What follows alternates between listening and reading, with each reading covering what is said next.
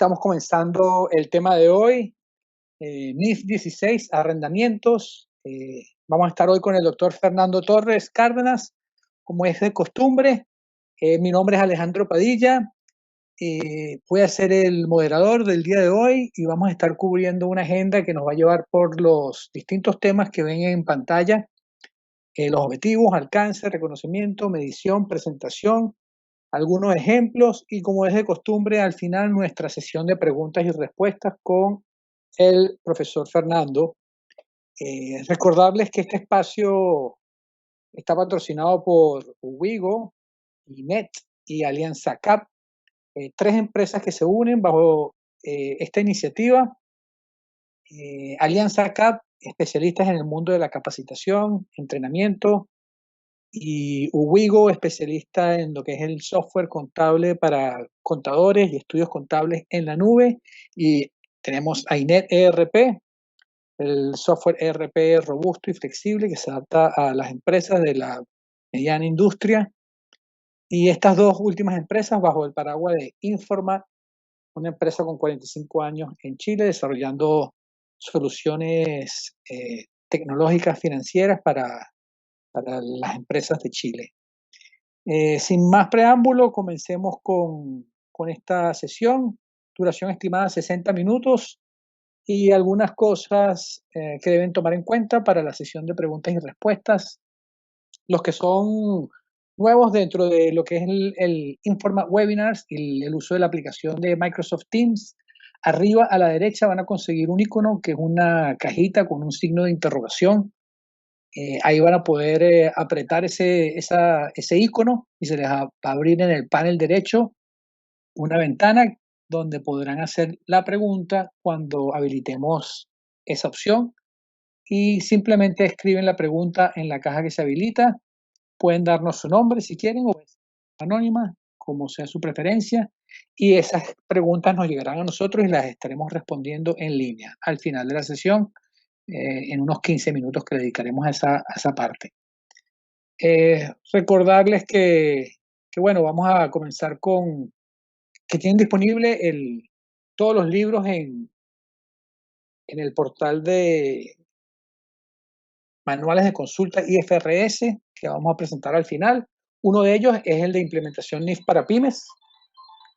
Y sin más preámbulo, vamos a darle la bienvenida al doctor Fernando Cárdenas, Torres Cárdenas, donde nos va a hablar de todo lo que son los arrendamientos operativos, arrendamientos financieros, cuál es el tratamiento contable que debe darle el arrendatario o el arrendador en sus estados financieros. Doctor Fernando, ¿se encuentra por ahí? Sí, señor. Muchas gracias por la invitación. ¿Qué tal? ¿Cómo está? ¿Todo bien? Todo bien. Disponible para iniciar este cursillo. Perfecto. Entonces, todo está en sus manos, la pantalla y el micrófono. Se lo entrego para que pueda hablar con todas las personas que hoy en día nos están escuchando a través de este webinar. Ok, muchas gracias. Si quiere, comparte la presentación que tiene para el día de hoy.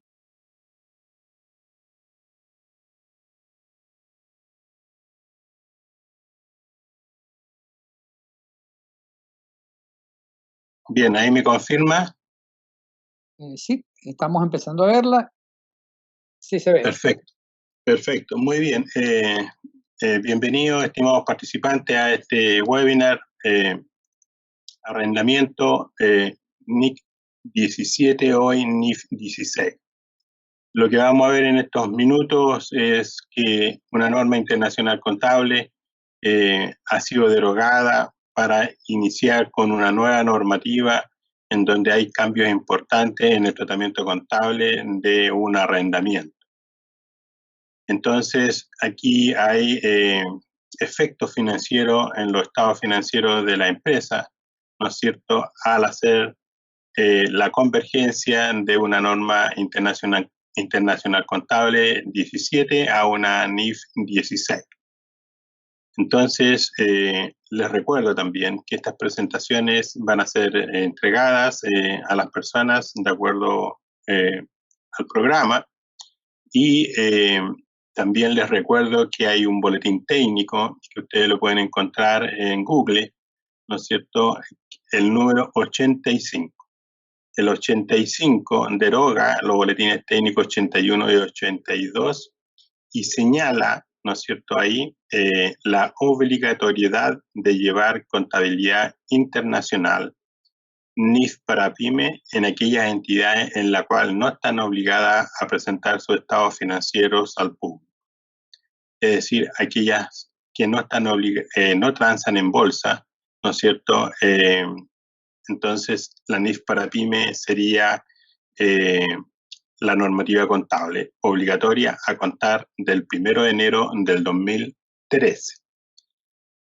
Por lo tanto, ustedes que probablemente por alguna razón llevan contabilidades aún de acuerdo a los boletines técnicos derogados en esa época, deben hacer un esfuerzo y llevar contabilidad internacional. Entonces, el objetivo, de acuerdo al programa, ¿no es cierto?, el objetivo de esta norma es prescribir para arrendatarios y arrendadores las políticas contables adecuadas para contabilizar y revelar la información relativa a los arrendamientos. Entonces, prescribir para arrendadores y arrendatarios. El arrendador, ¿no es cierto?, es el propietario del activo. El arrendatario es el que usa el bien. Entonces, eso es importante. El alcance, ¿no es cierto?, será aplicable en la contabilización de todos los tipos de arrendamientos que sean distintos de acuerdos de arrendamiento para la exploración o uso de minerales, petróleo, gas natural y recursos no renovables similares, y acuerdos de licencia para tales como películas, grabaciones en video, obras de teatro, manuscritos, patentes y derechos de autor. Entonces, no aplica, ¿no es cierto?, en este tipo de actividad económica.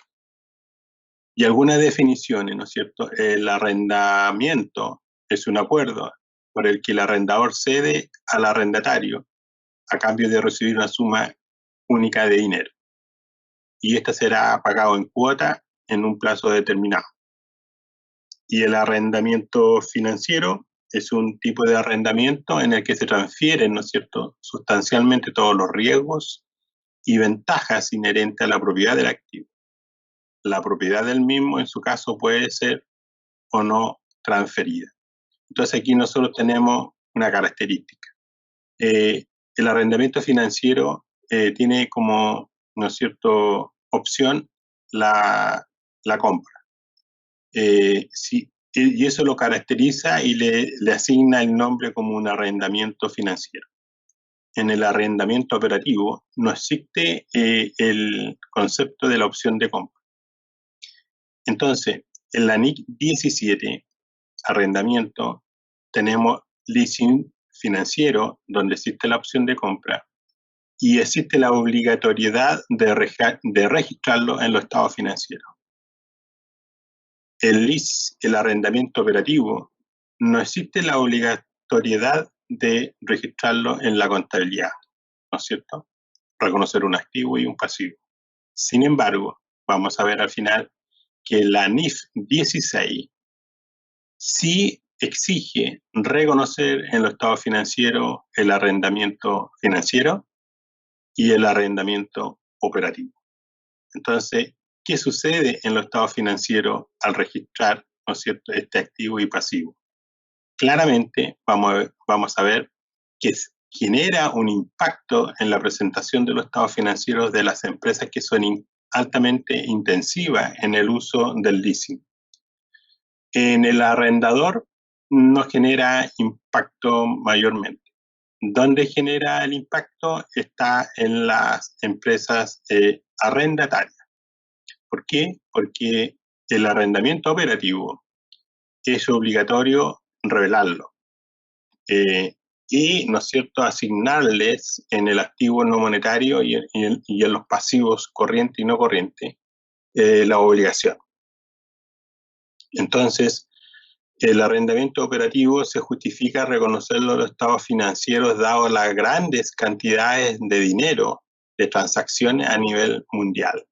son billones de dólares, ¿no es cierto?, que no estaban siendo transparentados a través de los estados financieros. Entonces, de ahí como que la NIF 16 actualiza esta situación y hoy día sí tiene efecto entonces en la presentación de los estados financieros. Entonces, un arrendamiento operativo es cualquier acuerdo de arrendamiento distinto al arrendamiento financiero. Aquí no existe la opción de compra, simplemente se reconoce un activo y la obligación de pago. Por lo tanto, arrendamiento no cancelable es un arrendamiento que solo es revocable si ocurriese alguna contingencia remota, con el permiso del arrendador, si el arrendatario, ¿no es cierto?, realizase un nuevo arrendamiento para el mismo activo u otro equivalente con el mismo arrendador. Y si el arrendatario pagase una cantidad adicional tal que al inicio del arrendamiento la continuación de este quede asegurada con razonable certeza. Ahora con la pandemia, ustedes han leído los distintos medios escritos, ¿no es cierto? Por ejemplo, la TAM. En un periodo de no uso del activo, claramente empezaron a devolver los aviones que estaban bajo el modelo de arrendamiento operativo, dado los costos que significa tenerlos en la losa, ¿no es cierto?, sin actividad. Entonces, ahí, al no haber actividad económica, al no haber flujo, ingresos, obviamente la empresa decide devolverlo. Los leasing financieros con opción de compra, bueno, en una decisión gerencial, claramente uno espera, ¿no es cierto?, que se vayan cumpliendo los plazos para ver si se ejerce finalmente la opción de compra. Como hoy día como empezamos a volver a tener actividad, entonces se revierte esa situación. Así que ustedes hagan el imaginario en los estados financieros. Entonces, las características del inicio de un arrendamiento es la fecha más temprana entre la del acuerdo del arrendamiento y la fecha en que se comprometen las partes en relación con las principales estipulaciones del mismo. Entonces, en esta fecha se clasificará el arrendamiento como operativo o como financiero. Uno al leer el contrato, en el financiero va a encontrar que existe la opción de compra y en el operativo no existe la opción de compra. Eso es la diferencia. ¿En qué se parecen? Bueno, que se pagan en cuota, ¿no es cierto? Que hay una tasa de interés implícita, que hay un plazo, un periodo, y el arrendador, ¿no es cierto?, en este minuto es el propietario y el arrendatario es el usuario del activo. ¿Quién deprecia? Deprecia el usuario, ¿no es cierto? El arrendatario deprecia el activo. Mientras que el arrendador lo que tiene, ¿no es cierto?, en su estado de situación es una cuenta por cobrar, ¿no es cierto?, de corto y de largo plazo. Cuando compró el activo, lo clasificó como propiedades, plantas y equipos de acuerdo a la NIF 16. Luego, cuando entregó el bien, nace una cuenta por cobrar de corto y largo plazo y da de baja el activo. ¿Quién deprecia? El arrendatario, el que lo usa. Entonces, al comienzo del plazo del arrendamiento, ¿no es cierto?, que es la fecha a partir del cual el arrendatario tiene el derecho de utilizar el activo arrendado. En esa fecha del reconocimiento inicial, ¿no es cierto?, va a reconocer el activo y va a reconocer el pasivo, ¿vale? Entonces, el plazo normalmente es más de un año, no puede ser menos de un año.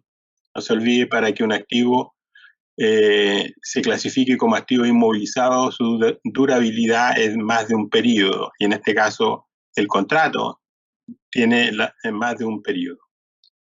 Hay una definición, ¿no es cierto?, que hemos estado siempre intercambiando ideas, opiniones, que sería el valor razonable. Entonces, el valor razonable es el importe por el cual puede ser intercambiado un activo y o cancelado un pasivo entre un comprador y un vendedor interesado y debidamente informado que realizan una transacción libre. Eso es muy importante, transacción libre, ambos informados, ¿no es cierto? Uno entrega un bien y el otro adquiere un derecho. La vida económica es el periodo durante el cual se espera que un activo sea utilizable económicamente por parte de uno o más usuarios. La cantidad de unidades de producción o similares que se espera obtener del activo por parte de uno o más usuarios. Y bueno, y la vida útil, ¿no es cierto?, es la vida que se le asigna al activo de acuerdo a las características propias de fabricación. Y el valor residual, ¿no es cierto?, es el importe por el cual podría, ¿no es cierto?, recuperarse por su enajenación. Los costos directos iniciales, ¿no es cierto?, son los costos incrementales directamente imputables a la negociación y contratación de un arrendamiento, salvo si tales costos han sido incurridos por un arrendador que sea a la vez fabricante o distribuidor. Ustedes ven que el negocio del leasing es muy masivo. ¿Sí? También hasta hace un tiempo atrás tuvimos, ¿no es cierto?, una política pública que no tuvo mucho éxito, que fue el arrendamiento habitacional vía leasing. Y la gente en esa época como que no lo tomó como una opción real, dado la alta tasa de interés que esta generaba. Pero la verdad es que debería haberse mejorado el incentivo vía tasa, y hoy día ustedes ven que a la larga el Estado lo que hace es subsidiar el arrendamiento. Y eso ocurre porque la gente no se interesó por el leasing habitacional. Pero tiene sus ventajas el leasing porque usted puede desprenderse del activo por muchas razones. Entonces, la inversión bruta en el arrendamiento es la suma de los pagos mínimos a recibir por el arrendamiento financiero y cualquier valor residual no garantizado que corresponda al arrendador. Entonces, la clasificación de los arrendamientos, como yo le decía, son arrendamientos financieros. Y su reconocimiento inicial es interesante porque nosotros lo que hacíamos era tomar el contrato, tomar la cantidad de cuotas, lo multiplicábamos y reconocíamos activo y un pasivo. Ese era el boletín técnico que nos permitía reconocer una tabla de amortizaciones donde identificábamos el activo, el pasivo, los intereses y los intereses por pagar. En cambio acá, ¿no es cierto?, tenemos que el reconocimiento inicial, ¿no es cierto?, aquí si ustedes leen con cuidado, se reconocerá en el estado de situación financiera del arrendatario como un activo y un pasivo por el mismo importe, igual al valor razonable del bien arrendado o bien al valor presente de los pagos de cuota de pagos mínimos. Entonces, si esta fuera menor, determinado al inicio del arrendatario. Entonces, aquí está la definición, ¿no es cierto?, de un reconocimiento inicial del leasing. En el fondo es determinar la tasa implícita que hay, como tenemos el número de cuotas, tenemos el periodo, determinamos la tasa de interés implícita, calculamos la tabla de amortización, separamos, ¿no es cierto?, en capital, intereses, y cuota y saldo insoluto, y vemos, ¿no es cierto?, en la columna de capital, ese valor, si yo sumo, lo comparo entonces con su valor razonable, tal como dice aquí, y si mi valor, ¿no es cierto?, presente, ¿no es cierto?, de las cuotas, que sería la columna del capital, si esta fuera menor, entonces reconozco al menor entre el valor razonable y el valor presente de las cuotas pagadas. Entonces ahí reconozco un activo y reconozco un pasivo. Entonces, lo primero acá, ¿no es cierto?, al calcular el valor presente de los pagos mínimos, se tomará, ¿no es cierto?, el factor de descuento a la tasa de interés implícita. Lo que nosotros conocemos en el contrato es la tasa de interés nominal.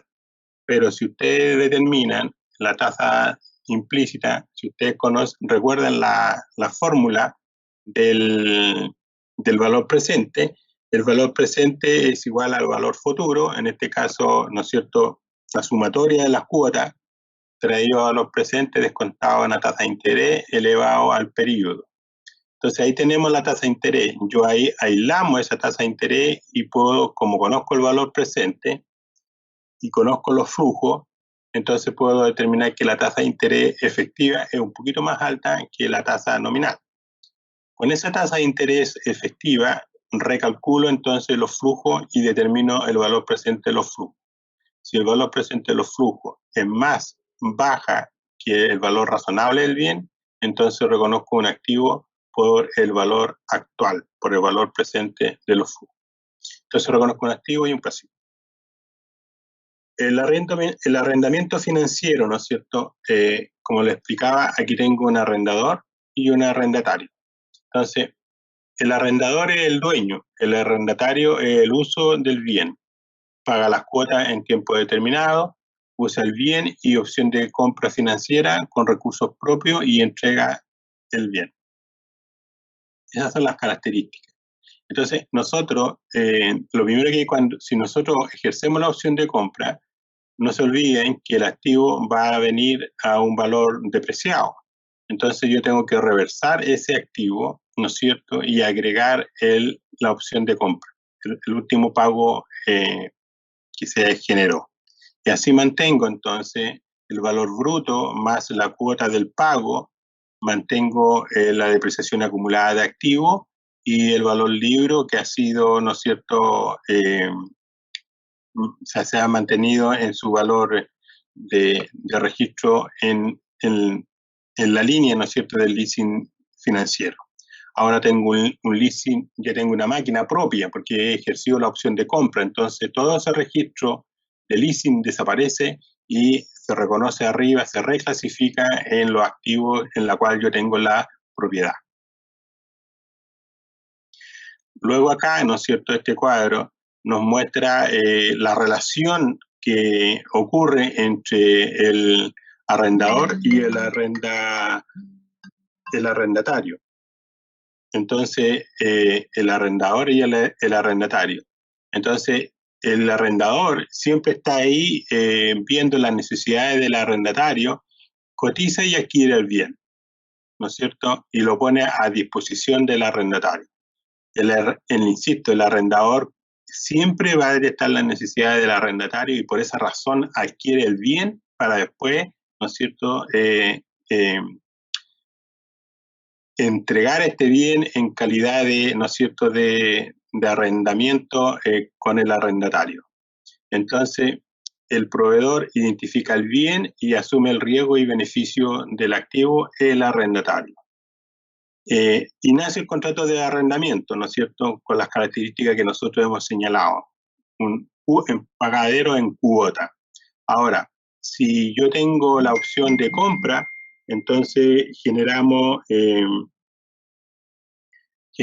la obligatoriedad, ¿no es cierto?, y adquirimos el derecho de uso. Bueno, ahí aparece el pago mínimo de arrendamiento, la cuota, el interés y el capital. Por un lado, el arrendador va a separar en su estado financiero la cuota, ¿no es cierto?, la cuenta por cobrar en corto y en largo plazo. Y acá lo mismo, el arrendatario va a separar en su estado financiero la obligación en corto y largo plazo. Y al final de año vamos ajustando.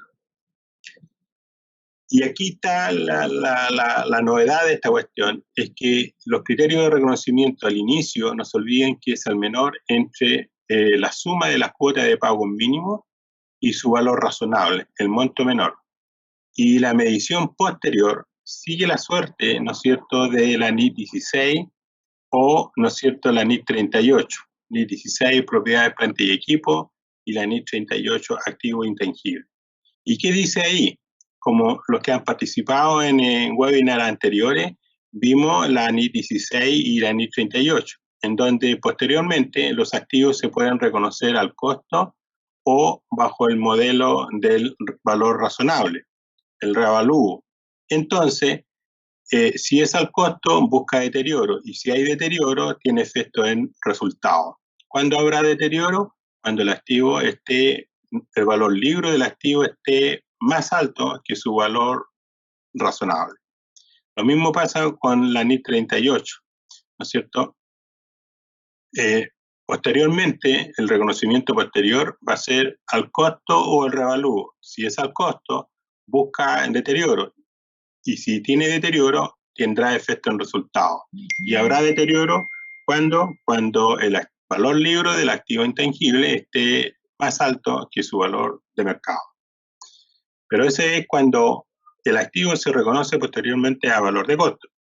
La otra opción es revalúo. Y habrá revalúo, ¿no es cierto? Si hay revalúo, la norma dice que tiene efecto en patrimonio. Si no hay revalúo al inicio, tendrá efecto en resultado. Entonces, todos esos criterios de reconocimiento lo señala la norma, y ustedes como buenos contables, ¿no es cierto?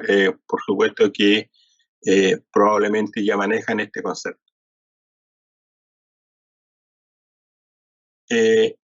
La información a revelar.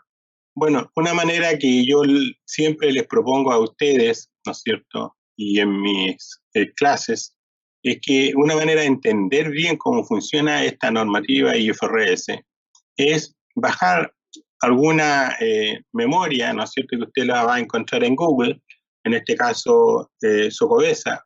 Usted va a encontrar esa memoria, la imprime y la mantiene.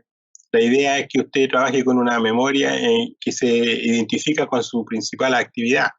Hay contables que llevan empresas constructoras, empresas de servicio en salud, empresas, ¿no es cierto?, de otro tipo.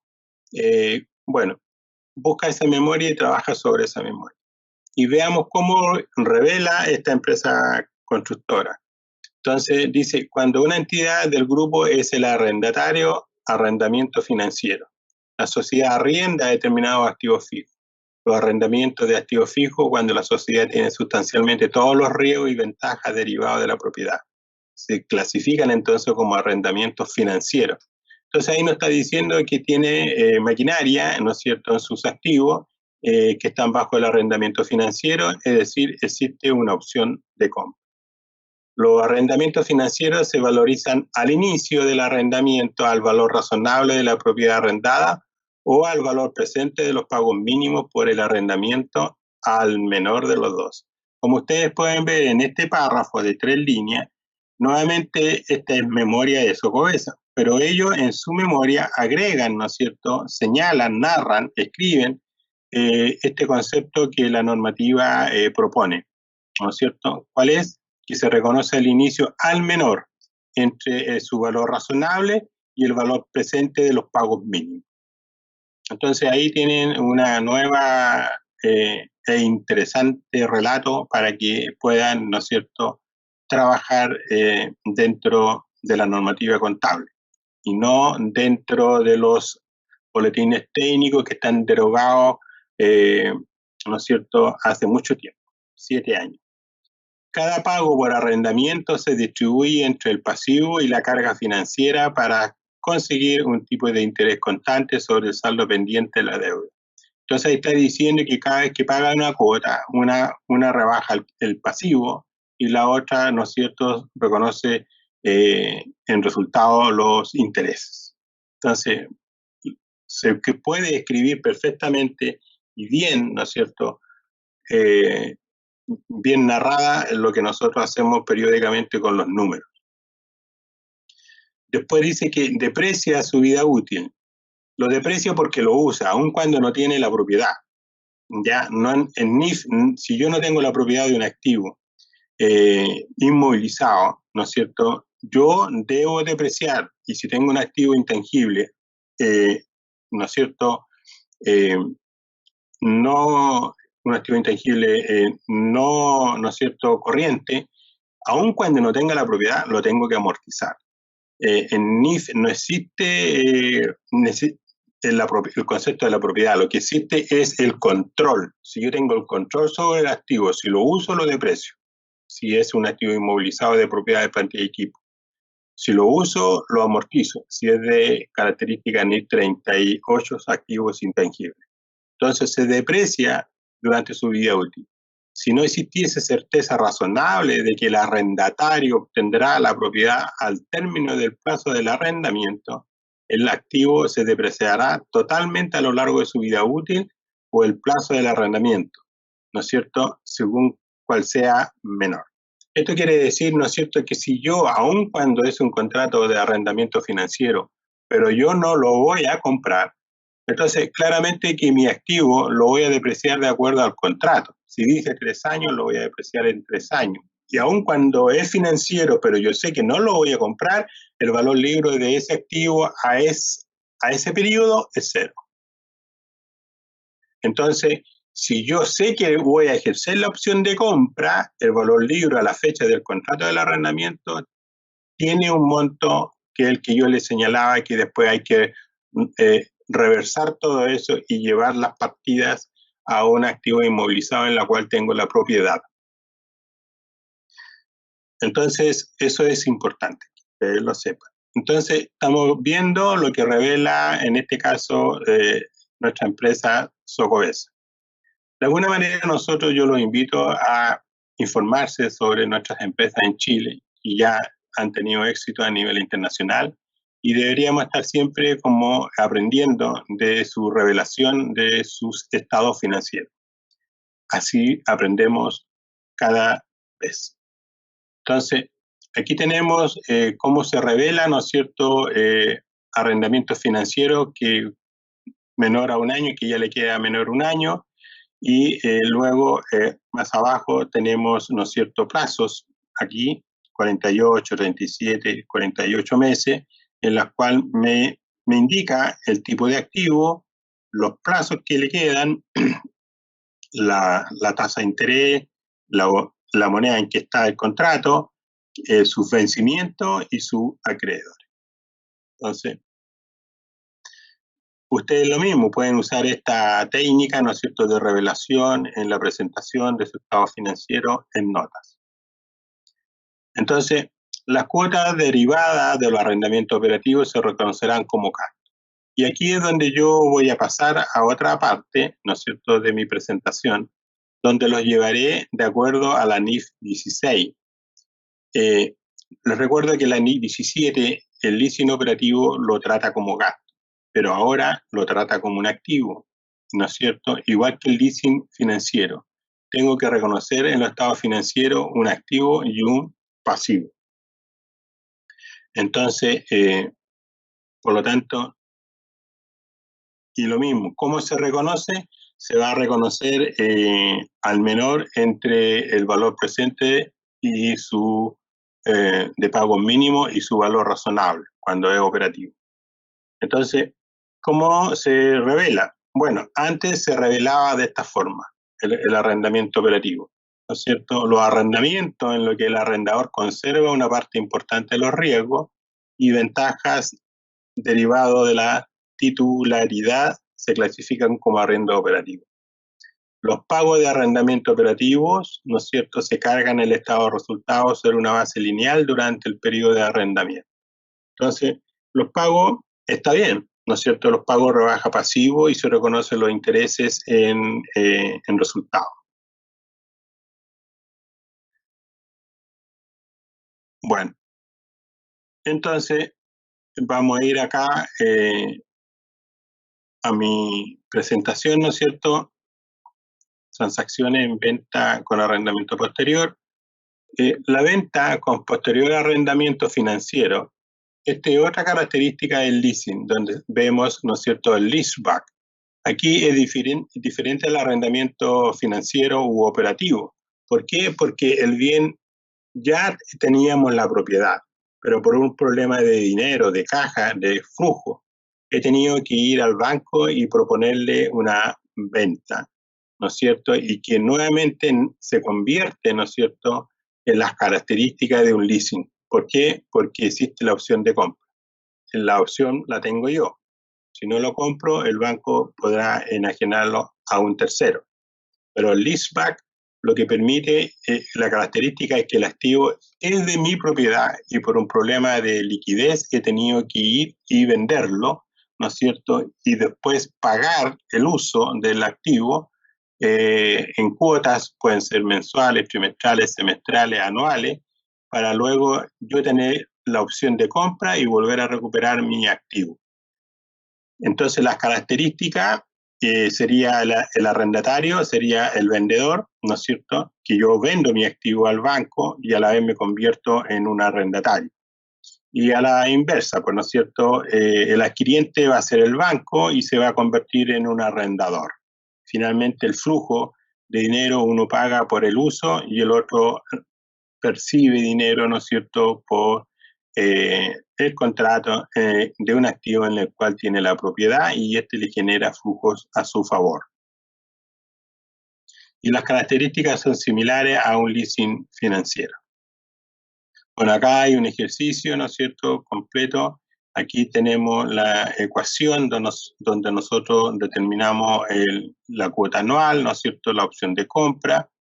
Y ustedes que se manejan bien en Excel, ¿no es cierto?, llegan a los valores, confirman los montos y finalmente reconocemos, ¿no es cierto?, el valor presente del flujo, los intereses y el valor de la compra. Y reconocemos nuestro activo, ¿no es cierto?, y nuestro pasivo. Y luego, después, los intereses, ¿no es cierto?, contra intereses por pagar. Esta es una cuenta de activo y esta es una cuenta de pasivo. Cuando pago la cuota, después revierto el activo y, por supuesto, cancelo los intereses por pagar. ¿Ya? Entonces, como ven, el leasing los invito a estudiarlo, ¿no es cierto? Y ahora vamos a ir a esta otra situación. Entonces, no se olviden que lo que estamos viendo ahora es la NIF 16, arrendamiento. Entonces, acuérdense que la NIF 17, el operativo, el leasing operativo, no se reconoce en los estados financieros. Ahora sí. Entonces, la nueva NIF 16 sustituye a la NIF 17 y equipara la contabilidad de los arrendamientos operativos a los arrendamientos financieros. ¿Ya? Salvo dos excepciones, ¿no es cierto?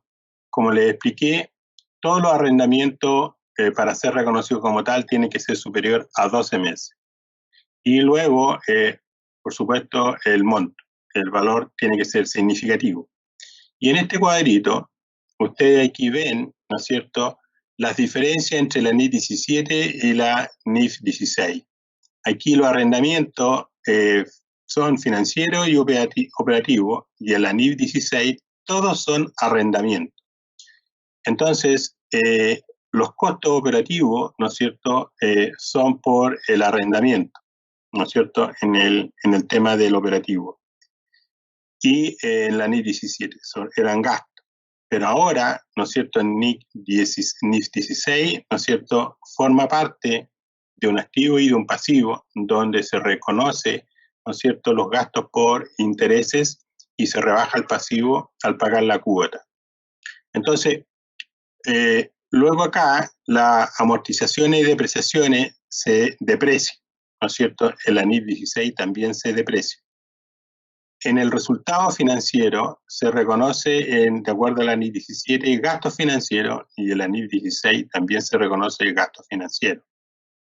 Entonces, y aquí estos cuadritos, fíjense ustedes, el verde y acá el naranjo hacia abajo, hacia arriba. ¿Qué pasa con el EBITDA? Aquí el EBITDA sube, y aquí, ¿qué pasa en el estado de resultados? Bueno, sube y baja de acuerdo a la NIF 16. Y los gastos financieros caen, y el BAI, ¿no es cierto?, ¿no es cierto?, sube y cae en relación a los gastos. Entonces, veamos acá, normalmente cuando las empresas con arrendamiento operativo fuera de balances, de acuerdo a la NIF 16, ¿no es cierto?, el valor contable del activo por arrendamiento disminuirá más rápidamente que el valor contable del pasivo por arrendamiento. Esas son las características. Disminuirán sus fondos propios, mejorará su EBITDA y su resultado de explotación. También el BAI dependerá del sistema de amortización aplicado al activo arrendado. Entonces, el VAI es el EBIT, ¿no es cierto?, antes de amortizaciones y de depreciaciones e intereses. Aumentará el ratio del apalancamiento y disminuirá lo de cobertura de intereses y de rotación de activos. Estos son los efectos, ¿no es cierto?, que trae la NIF 16 en el estado financiero de una entidad que altamente, ¿no es cierto?, el leasing es lo importante. Por ejemplo, las empresas constructoras. La grúa, ellos no tienen la propiedad de la grúa ni de las máquinas que utilizan. Ellos lo que hacen es arrendar esos bienes. Así optimizan los flujos de dinero. Entonces, acá en el balance, ¿no es cierto?, en el estado de resultados, en el flujo de efectivo y los indicadores financieros. Estos tienen efectos importantes. Entonces, al aplicar la NIF 16, la suma del gasto por intereses y el cargo por amortización durante la primera mitad del plazo del arrendamiento, se espera que sea mayor que el gasto lineal para los arrendamientos fuera del balance reconocidos, ¿no es cierto?, con la aplicación de la NIF 17. Y luego vamos a ir acá, ¿no es cierto?, donde vemos el reconocimiento del activo por el derecho de uso. Después vemos su reconocimiento inicial y su valoración posterior, que ya lo vimos. Y vemos acá la presentación del estado de situación, donde tenemos activo de derecho de uso y pasivo por el arrendamiento. Estos se trasladan a las cuentas de pérdida y ganancia, ya sea por su amortización y por el pago, ¿no es cierto?, de los intereses que están devengados en el activo y el estado de flujo de efectivo. Entonces, aquí tenemos un ejercicio, ¿no es cierto? Este ejercicio nos piden calcular el valor presente del activo, asientos de registro en la NIF 16 y comparativo en la NIF 16 versus NIF 17. Aunque ustedes no lo crean, todas las empresas que son intensivas en arrendamiento financiero hoy día tienen que hacer la convergencia a la NIF 16. Por lo tanto, tienen que reversar todas esas partidas y reconocer nuevos activos y pasivos. Y por supuesto que se le va a generar una diferencia importante, ¿no es cierto?, entre los activos y los pasivos. Y eso hay que presentarlo en el estado de situación. Entonces, ¿qué hacemos? Calculamos el valor presente. Calculamos el valor presente de acuerdo a la fórmula. Lo primero que hacemos es calcular la tasa efectiva, ¿no es cierto? Y como yo les explicaba, la tasa efectiva, despejando I en la fórmula del valor presente, calculamos I y después la utilizamos de acuerdo a los flujos que nos entrega el ejercicio, determinamos su valor presente. Conociendo el valor presente, ¿no es cierto?, nos vamos a reconocer el activo, ¿no es cierto?, un activo, un pasivo, y luego el pago de la cuota y después los intereses. Como ven ahí tenemos el pasivo. El sistema va lento, ¿no es cierto?, para que ustedes lo puedan visualizar. Reconozco el pasivo, después pago pasivo y después amortizo mis intereses que lo tenía en el activo, trabajando. El pasivo y finalmente el pago de la cuota más lo correspondiente. Ya, entonces ahí están los movimientos contables y después tenemos los gráficos, ¿no es cierto?, donde también ustedes pueden ver el flujo, ¿no es cierto?, de los años de acuerdo al ejercicio, y ven acá arriba cómo se mueven, ¿no es cierto?, el verde y el rojo, se van moviendo el verde el activo y el rojo el pasivo. Entonces ahí van viendo las diferencias de acuerdo a la NIF, el EBITDA, ¿no es cierto?, de acuerdo a la NIF 16 y 17. Ahí se puede ver EBITDA NIF 16, EBITDA NIF 17, la explotación, ¿no es cierto?, NIF 16 arrendamiento, EBITDA NIF 16 y EBITDA NIF 17, y nuevamente el BAI.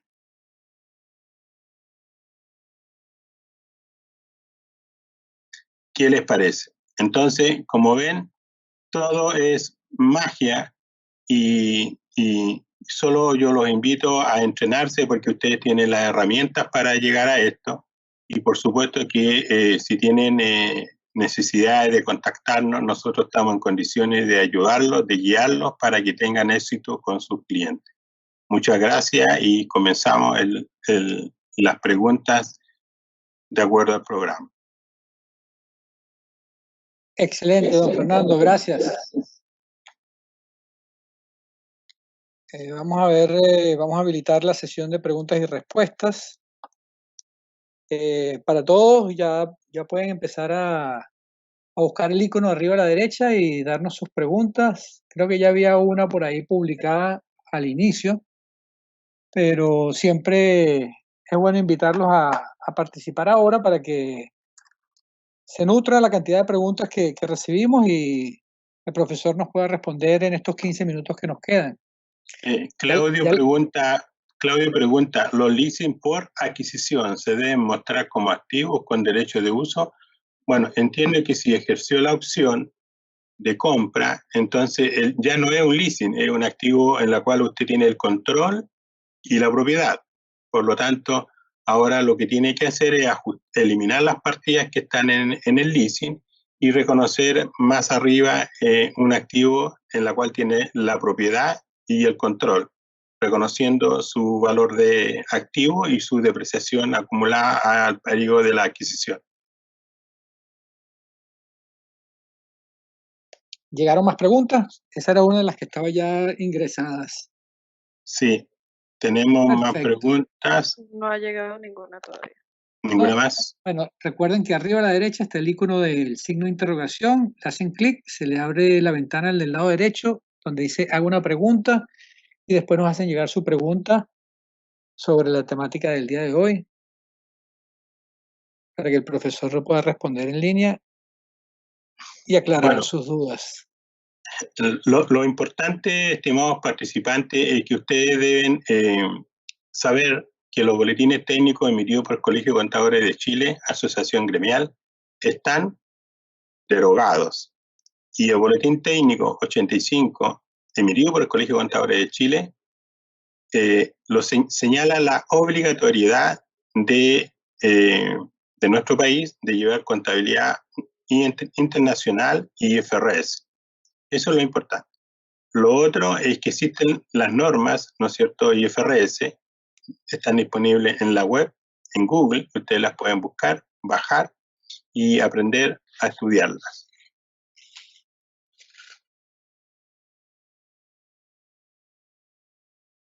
¿Está abierto el canal de preguntas, Sharon? ¿Estamos recibiendo preguntas? No, por ahora. Puede ser que esté clausurado. No, está abierto. Perfecto. Bueno, esperemos un minuto más para ver si hay preguntas, si no, avanzamos.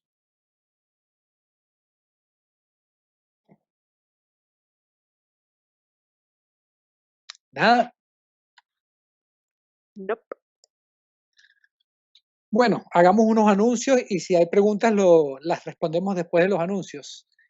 El próximo webinar va a ser el miércoles 21 de septiembre a las 17 horas, como es costumbre, y vamos a estar tratando el tema de régimen para las micro, pequeñas y medianas empresas, es decir, para las pymes, con el doctor Fernando Torres. Vamos a tener esa sesión para que puedan aclarar todas las dudas respecto a ese régimen, a los regímenes que van a estar aplicándose para las pymes a partir de ahora. También les queremos dejar esta promoción de Ubigo, que es una promoción para que puedan referir a algún contador que esté buscando un software contable o un estudio contable que necesite una herramienta para optimizar su gestión. Si ese contador o ese estudio contable contrata el servicio de Ubigo, se ganan una gift card de 150,000 pesos. Ahí está la dirección, ubigo.com, /contador/referidos, y simplemente suministran los datos y nosotros contactamos para ver si hay interés por parte del contador. Y lo mismo para aquellas personas que trabajan con INET ERP o que conocen INET ERP, pueden referirlo, y si la empresa contrata el software, se ganan una gift card de 250,000 pesos. Ahí también tienen la dirección, inet.informa.cl referidos /referidos-inet. Sencillo, suministran los datos y nosotros los contactamos de parte de ustedes para ver si están interesados.